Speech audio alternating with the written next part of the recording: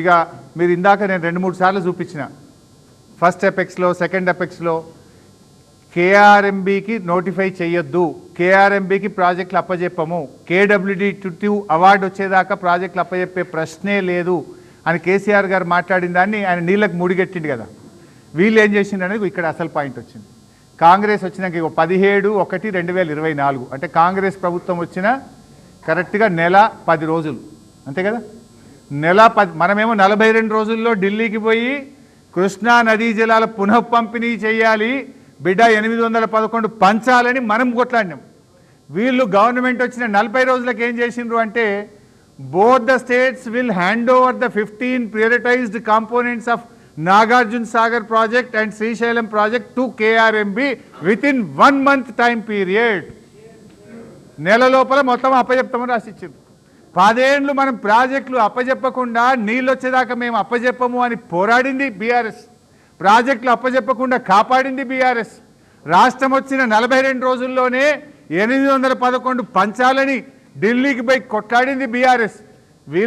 వీళ్ళ ప్రభుత్వం వచ్చిన 40 రోజులకే ఈ ప్రాజెక్టులు మీకు అప్పజెప్తాము అని చెప్పి రాసిచ్చిండ్రు.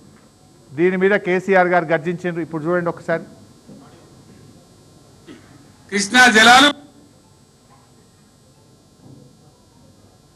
ఏమయ్య బాబు కేఆర్ఎంబి అంటే కృష్ణా రివర్ మేనేజ్మెంట్ బోర్డుకు భద్రపల్లి ఆగబోయి అప్పచెప్పినారు ఈ గవర్నమెంట్. ఇదే జిల్లాలో ఉన్న మంత్రి ఉత్తమ్ కుమార్ రెడ్డి మనం మాట్లాడిన అసెంబ్లీలో మీరు కూడా విన్నారు. ఉమ్మడి రాష్ట్రమే నయం ఉండినట్టు ఆయన కదా, ఉమ్మడి రాష్ట్రమే మంచిగా ఉండే ఇప్పుడు మంచిగా లేదట. మరి శ్రీకాంతాచారి ఎందుకు చచ్చిపోయింది? ఇదే జిల్లాలో ఉంటే బిడ్డ ఎందుకు చచ్చిపోయింది? ఉద్యమకారులు అంత పెద్ద ఉద్యమం ఎందుకు జరిగింది? లక్షల మంది కోట్ల మంది ఎందుకు పాల్గొన్నారు?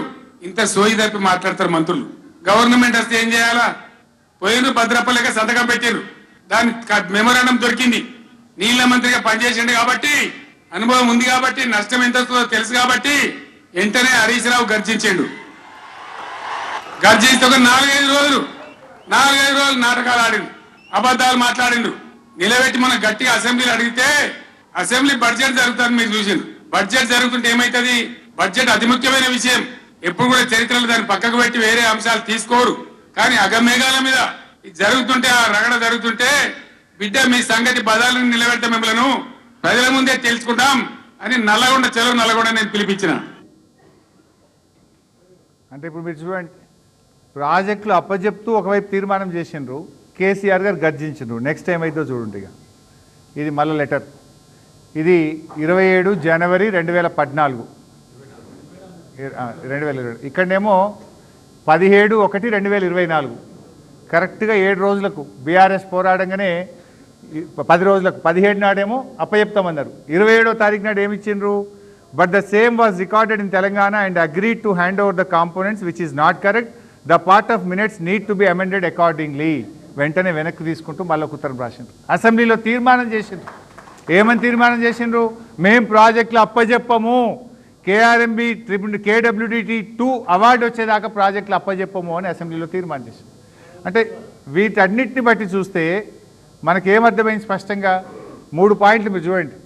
ఫస్ట్, ప్రాజెక్టులు అప్పచెప్పి వీళ్ళు కాంగ్రెస్ గవర్నమెంట్ రాగానే ప్రాజెక్టులు అప్పచెప్పిండ్రు, బీఆర్ఎస్ పోరాడితే ప్రాజెక్టులు వెనక్కి తీసుకున్నారు. నంబర్ 1. నంబర్ 2, కృష్ణానదిలో రాష్ట్రం ఏర్పడ్డ తర్వాత అతి తక్కువ నీటి వినియోగం 28% చేసిందే వీళ్ళు. నంబర్ 2.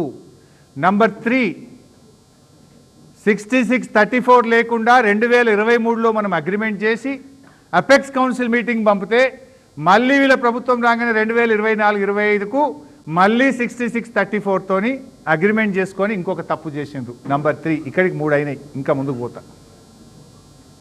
రాయల్